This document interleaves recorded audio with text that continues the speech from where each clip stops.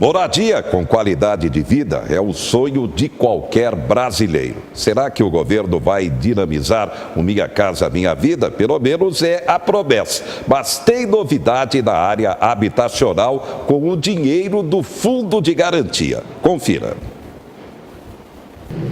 Construir ou comprar uma casa, ter um cantinho só seu. Esse é o sonho de muita gente. Mas nem sempre o dinheiro é suficiente e o jeito é pedir um financiamento no banco. Para quem precisa utilizar recursos do FGTS para pagar a casa própria, já estão valendo as novas condições da Caixa Econômica Federal. As regras se aplicam para alguns tipos de financiamento, inclusive para o programa Minha Casa Minha Vida. As condições valem tanto para a pessoa física, ou seja, a pessoa que quer construir a própria casa, quanto para empresas que querem fazer novos empreendimentos. As novas regras beneficiam as famílias que têm a renda mais baixa e moram em cidades com até 50 mil habitantes. Com as novas condições, a ideia é facilitar os financiamentos para a compra de imóveis um pouco mais caros e evitar a inadimplência. O que a gente estava verificando é que algumas dessas faixas, 1,5 e 2, você acabou tendo um comprometimento de renda na qual as famílias não conseguiam depois pagar.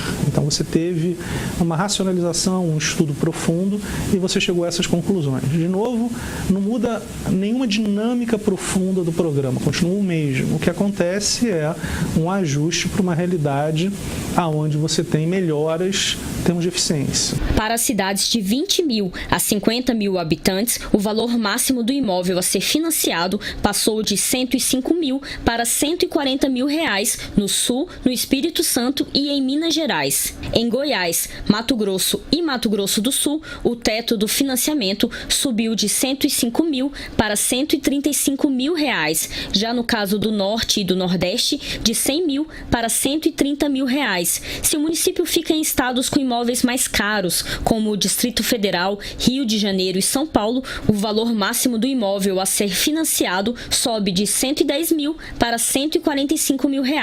Nas cidades menores, com menos de 20 mil habitantes, o teto do financiamento passou de 95 mil reais para os mesmos valores dos municípios com até 50 mil moradores. Você tem algumas regiões que têm um PIB per capita maior e que efetivamente você fez uma reavaliação, basicamente isso, simplesmente reajuste de valores para realidades diferentes regionais.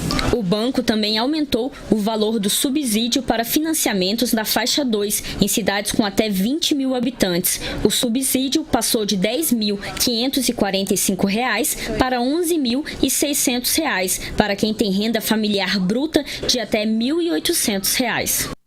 Bem, agora a expectativa é para cidades com mais de 230 mil habitantes, como é o caso de Marília. Novidades é o que se espera na área habitacional. Bem, a gente continua falando sobre a área da habitação. Condomínios. É impressionante como o número de condomínios cresceu e cresceu muito em Marília. E é claro que aí surgem dúvidas com relação à administração e juridicamente. Quais os direitos e as obrigações? É por isso que convidamos Marília Matos Castanheira, ela é especialista em administração de condomínios. Marília, boa noite. Boa noite a todos, agradeço muito o convite, boa noite a todos os ouvintes. Quem é profissionalmente Marília Matos Castanheira dessa área, a administração de condomínios?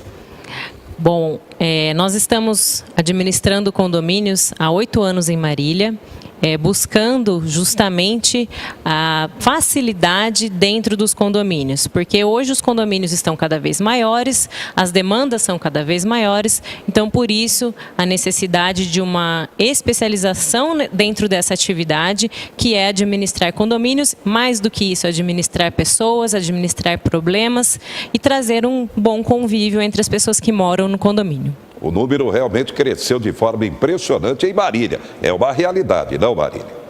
Sim, hoje nós já falamos em 40% das pessoas morando ou convivendo em algum condomínio, podendo ser eles residenciais ou ainda condomínios comerciais. Direitos e deveres. E aí, você começa comentando basicamente os direitos. Quais? A gente sempre fala que os direitos dos condôminos, eles estão todos dentro de uma norma, né? Dentro da convenção daquele condomínio onde a pessoa mora. É importante que as pessoas que moram em condomínios saibam os seus direitos e eles estão previstos dentro desse documento. Cada condomínio tem a sua convenção, então é legal que todo mundo tenha acesso a esse documento e que possa se conscientizar de quais são os seus direitos dentro de um condomínio. Sempre lembrando que nós estamos falando em convivência, então a gente sempre tem que lembrar do vizinho, do próximo. Os direitos, eles têm previsões justamente para não ferir o direito do vizinho que está ali do seu lado, ou que mora ao seu lado, ou que mora na frente ou em cima da sua unidade. É aí que basicamente, então, prevalecem os deveres, é isso? É isso mesmo. A convivência em condomínios, ela tem que ser harmônica. Por isso que os direitos e deveres, eles estão sempre muito interligados. Nosso direito vai sempre até o momento que a gente não atrapalhe o outro. E isso está muito evidente dentro dos nossos condomínios. A gente sempre brinca que existem vários problemas em condomínios que começam com a letra C.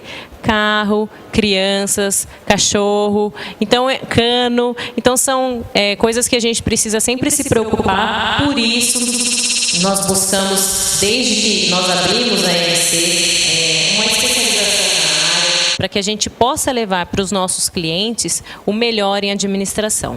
Bem, o que rege basicamente a norma do condomínio, ao código? Seria o Código Civil em termos de direito? É isso? Exatamente, como se fosse o Código Civil. Na verdade, o Código Civil é a lei maior, né? Ele não pode, a convenção do condomínio, ela não pode estar acima de decisões do Código Civil, de direitos e deveres que já estão previstos no Código Civil, mas a gente chama a convenção do condomínio da certidão de nascimento. Lá existem todas as unidades, quais são os seus tamanhos, como vai ser feita a forma de pagamento da taxa condominial, quais são os direitos dos condôminos que estão lá, quais são os deveres. Então, é uma certidão de nascimento, onde a gente vai se basear para que o condomínio possa funcionar tranquilamente. A gente tem observado isso, eu quero que você confirme ou não. Quando se marca a data de determinada convenção num condomínio, a minoria vai.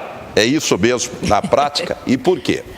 Infelizmente, existe uma prática de assembleias, né, onde as pessoas vão para, às vezes, discutir, lavar roupa suja, e a grande maioria das pessoas não quer participar disso. Isso é ruim, porque seria um momento ali de não só confraternizar, mas também de decidir em conjunto o que é melhor para o condomínio. Então, são as decisões de maior importância dentro de um condomínio são tomadas dentro das assembleias. Então é importante que a pessoa que mora no seu condomínio tire um tempinho e vá até lá, mas vá desarmado. Não vá para brigar, vá para ouvir, para tentar conversar e a maioria vai decidir democraticamente no que é melhor para aquele condomínio. Em média geral, principais dúvidas que prevalecem?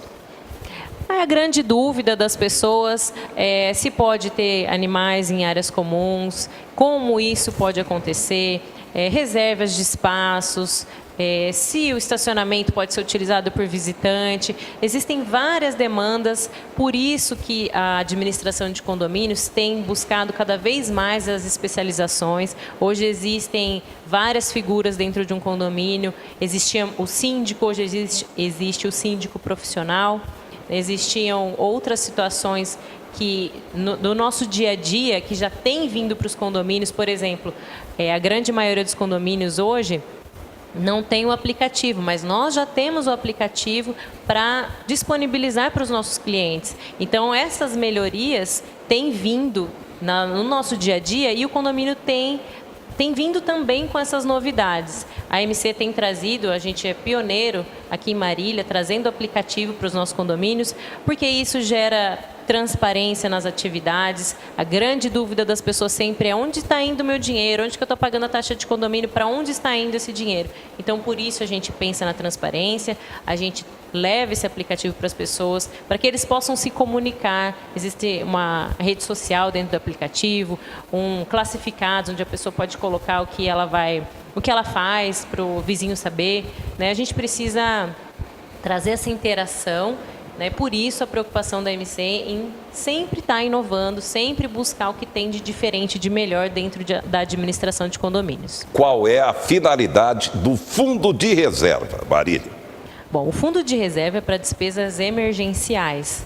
Então, ele é obrigatório, a maioria das convenções tem essa previsão, o Código Civil também traz essa previsão do fundo de reserva, para que, numa eventual necessidade, o condomínio possa ser suprido sem que os condôminos tenham que ser chamados em assembleia e tenham que dispor de dinheiro, às vezes um dinheiro alto, de uma única vez. O caso, por exemplo, de uma piscina que sofreu uma infiltração ou um portão que quebrou, precisa refazer tudo, bater um carro, enfim. Situações que o condomínio teria um gasto alto, esse dinheiro do fundo de reserva ele vai suprir essa necessidade emergencial. Atraso no pagamento de condomínios e o perigo, juridicamente, lá na frente. Você comenta. Bom, a gente sabe, né, que a inadimplência é um grande problema e dentro de condomínios isso acaba tomando uma proporção muito grande porque as pessoas sabem quem é inadimplente, né, e acabam falando, poxa, mas eu estou pagando pelo meu vizinho que vive fazendo festa. Então, a gente tenta sempre não deixar com que os nossos clientes tenham uma inadimplência muito alta, porque isso gera desconforto, isso gera problemas no caixa do condomínio, que às vezes não consegue pagar uma conta porque falta dinheiro no caixa, e às vezes gera também aumentos de taxas de condomínio para que os adimplentes cubram os inadimplentes. Isso é um grande problema em condomínios, eles existem, tem condomínios que trabalham com uma inadimplência baixa, mas existem condomínios com inadimplência alta. Então é importante a pessoa que está assistindo hoje essa entrevista, que veja, quando ela for fazer um investimento dentro de um condomínio, ela precisa ter ciência de que não é só a parcela do apartamento, ela também vai ter que pagar o condomínio. Então, para que some essas despesas e veja se isso está dentro do orçamento, se não vai pesar, porque depois esse inadimplente ele pode, inclusive, perder o investimento que ele fez, né, para o condomínio. O condomínio pode penhorar o apartamento ou a casa da pessoa para que faça frente à despesa da taxa condominial que a pessoa deixou de pagar. E quando o imóvel é alugado, o dono deve fiscalizar se o inquilino está pagando. É isso, Marília? Sim, com certeza. A grande maioria das pessoas que têm imóveis alugados não deixem de verificar junto à administradora da locação, no caso as imobiliárias, ou diretamente na administradora do seu condomínio, se o inquilino está pagando, porque no final das contas a dívida é da unidade. Então, se o inquilino sair e não fizer o pagamento, o proprietário será acionado. Bem, você já falou sobre ótimo relacionamento, a importância, a boa vizinhança e tudo mais. E quando há o antissocial, e aí? Muitas pessoas me perguntam isso. A gente tem algumas demandas de condôminos antissociais e hoje já existe a possibilidade, lógico que judicialmente, mas existe a possibilidade do condômino antissocial ser retirado da sua unidade. Ele continua tendo, no caso de um proprietário, a propriedade do imóvel, no entanto, ele não pode ter a posse desse imóvel. Isso é lógico, é numa situação extrema, no qual o juiz vai verificar que esse condômino não tem condições de conviver em sociedade, ele tem condutas extremamente antissociais, mas isso já existe no nosso Código Civil, já existe essa previsão, justamente para que o condomínio todo tenha uma harmonia de se viver ali dentro, sem que tenha uma pessoa que não tenha condições de conviver em sociedade. Condomínio de loteamentos. Alguma dica especial, Marília? Eu imagino que os loteamentos eles tenham que ter preocupações com relação à estética das construções. É importante que nos loteamentos, logo no início, conste também quais são as responsabilidades das pessoas que vão construir, quais são as proibições para isso, porque isso vai gerar maior valorização nos seus imóveis, porque as unidades vão ficar bonitas, visivelmente agradáveis. Então é importante que nos loteamentos evite-se colocar portões, espaços que a gente consiga ter que sejam vistos de forma bonita, né, que seja bom de ser visto. Por isso que a gente acaba mudando para loteamentos fechados ou para condomínios, por segurança. Então, evitem colocar esses portões. Essa tem que ser uma preocupação da diretoria no momento de assumir os loteamentos. A gente vai para um rápido intervalo, já já a gente volta com a Marília Castanheira, dando mais dicas sobre condomínios. Uma pergunta aqui, síndico do condomínio pode impedir que o condômino inadimplente alugue o imóvel? Daqui a pouco ela vai falar sobre isso. Destaques do momento. De novo sobe a gasolina. Preço da gasolina volta a ter aumento. O governo bloqueia quase 30 bi em gastos no orçamento 2019. Ainda, BNDES lança linha para pequenas empresas com juro de 15,3% ao ano. Marília, é o mercado da indústria da alimentação. Mercado de biscoitos, massas e pães industrializados, faturando 27 bi em 2018. Daqui a pouco, esqueleto humano encontrado às margens da BR-153. E o futebol também como destaque. A gente volta já já.